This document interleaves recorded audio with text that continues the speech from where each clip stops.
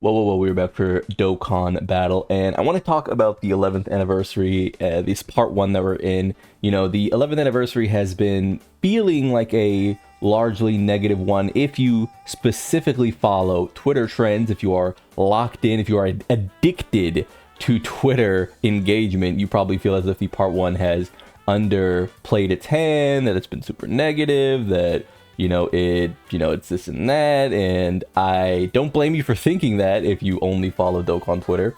What with Super fans, when DAIMA was coming out, what did Super fans want? They wanted a continuation of Super. When DAIMA was coming out, what did GT fans think? They thought that, it was sort of a punching bag for GT, seeing as GT for the longest time in the Dragon Ball community has served as the actual punching bag for the rest of the fandom. So DAIMA was an easy target. DAIMA, instead, though, has essentially exceeded... I mean, if the expectations were on the floor, then DAIMA has crushed the expectations. Now we're sort of seeing the bar move. Now we're sort of seeing the bar actually, pull away. And we're getting people saying, well, I know it's, I know it's doing well, but, it didn't even have competition, which is, a pretty funny thing to see, because if we go here, DAIMA has maintained top grossing for 5 consecutive days, and even the global has not gotten their 50 stones. DAIMA has maintained top 1 for 5 consecutive days, which is pretty impressive.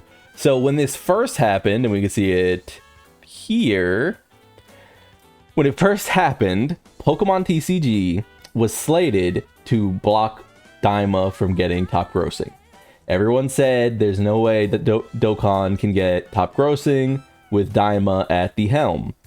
Dokkan then proceeded to get top grossing, and the sort of cope switched to, well, it doesn't even count really, because Pokemon TCG put out a Mega Gardevoir, and, that's not even hype enough. And I don't know if you guys know this, and I don't want to get explicit, but a lot of you motherfuckers use the word Gooner, and you think that Gardevoir wasn't pulling people onto the Pokemon TCG app. Like, let's be real, dog. Let's be so for real. If motherfuckers still like Launch, then I'm sure people still like Gardevoir. And that's not really my cup of tea. But, if we spilling tea, let me just say that to switch it from, oh, Dokkan could never get top grossing with DAIMA, to, well, Gardevoir's not even really that hype. I mean, be so for real. Stop moving the goalpost, calm that shit down, sit down, and enjoy the show, man. But that moves on to, boy, there's a lot of people praying and saying anything to pretend this anniversary part 1 is ass, to which people, immediately, because it is, DAIMA is shit. A lot of people really do hate DAIMA, huh? And we can go down here, and it's, retcons a lot. I mean, this is very funny. This is really funny, because Dragon Ball is not, and I don't want to say this, and for it to be taken as, a rule, or like that I hate Dragon Ball or that I dislike Dragon Ball to any degree. Dragon Ball, for all of its flaws, remains my favorite shonen, probably, just because it informed what I like. Dragon Ball informed the shonen genre. It informed what's come after it. Almost every shonen that has fallen after Dragon Ball has been informed by Dragon Ball. Power systems, auras, and I don't mean like Hyper Aura, I mean like literally the use of the aura is like, they especially early on, were very reminiscent of Dragon Ball. You see this in Hunter x Hunter very early on, where characters are kind of just doing stuff, and then suddenly, Uvogin shows up and he's got a Super Saiyan aura. You know what I mean? Like, JoJo's Part 4, where Cell and Super Saiyan 2 Gohan are literally in JoJo's Part 4. Things like that. Like, it is so influential. It has informed so much of what I like that I could never knock it out of that ranking.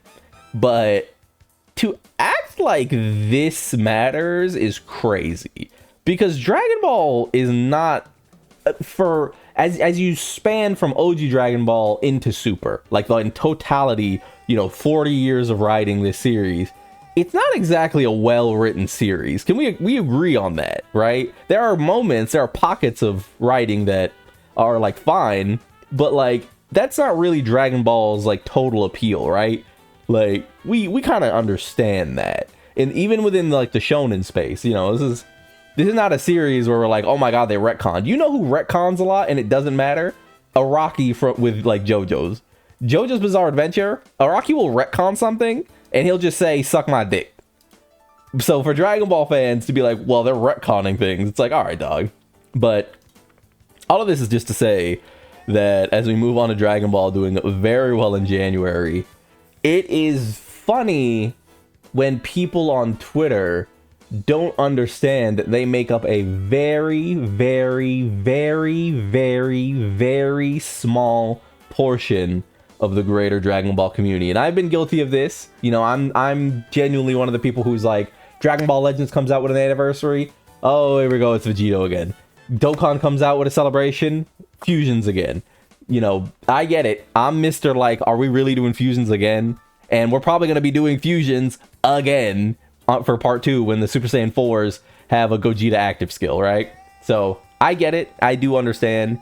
I am not immune to feeling like, damn, again, because as I've said many times, I want things like Namek Saga. I want things like Cell Saga, but I will never get that because I am a part of a very small minority of Dragon Ball fans who like really like those portions versus really like Super and UI Goku and Blues and Fusions and stuff like that, right?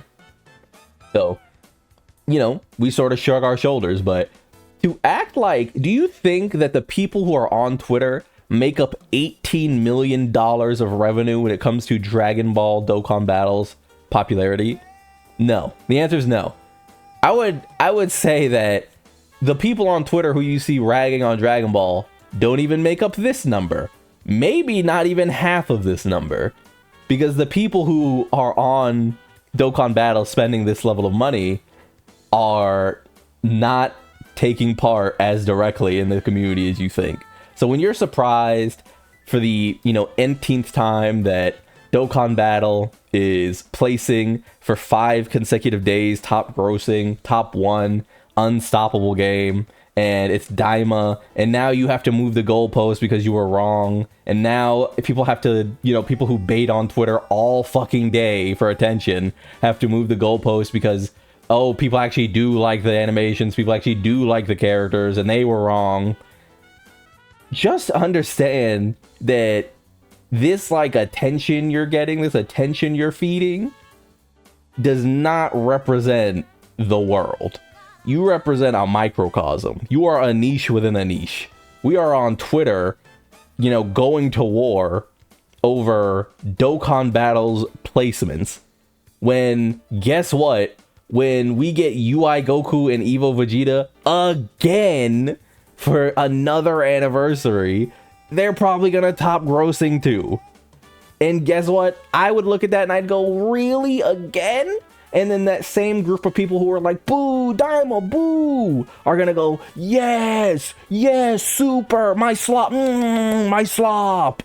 Like, just understand that, like, we are not immune to our own hypocrisies. And you, especially little Dokkan Battle Twitter baiter, are not immune to being humbled. Right? Right. So let's put away all of the, well, it's not even that hype of a, thing that TCG is dropping, when it's literally the character that, like, people who aren't furries go crazy for. Let's just keep it a buck. Like I said, not my thing, but do whatever you gotta do, I guess. When TCG is literally a Pokemon brand name, a brand that is stronger than Dragon Ball. People all in the anime space tend to not consider Pokemon like an anime IP because it's so Mickey Mouse, it's so Disney at this point. But do remember that things like Gundam and things like Pokemon gap our little franchise here, our little goat. Like, these are hugely successful, profitable, IPs that have been sustaining for the last 40 years right alongside Dragon Ball in so many ways, right? Like 30 years or something in the case of Pokemon, I guess, and you know, similarly to Gundam. But we are not immune to being humbled. It is impressive that Dragon Ball Dokkan Battle managed to pull out the first for this long, considering Pokemon was dropping alongside it. When Pokemon was announced as it was coming to like mobile, people literally said that Dragon Ball Dokkan Battle would never get a top grossing again. So, you know, just fucking humble yourself is all I'm saying.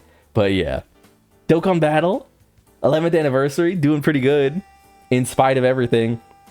Everybody got the characters, everybody started using them, and suddenly they're having a lot of fun. Does that mean you can't have any problems with the Part 1 units? No, of course. They have problems that I could see be sort of annoying, if, you know, especially going long, but I've even seen people be like, you know what, the EX Super Attack function, which was negatively received the day it launched, and now I'm seeing people be like, yeah, it is kind of cool whenever the camera splits and, you know, a big attack is launched. So, you know, who knows? I'm looking forward to it. I think Dokkan Battle is pretty cool. That's me. Like if you like the video, subscribe to join the club. We all go make it, and peace.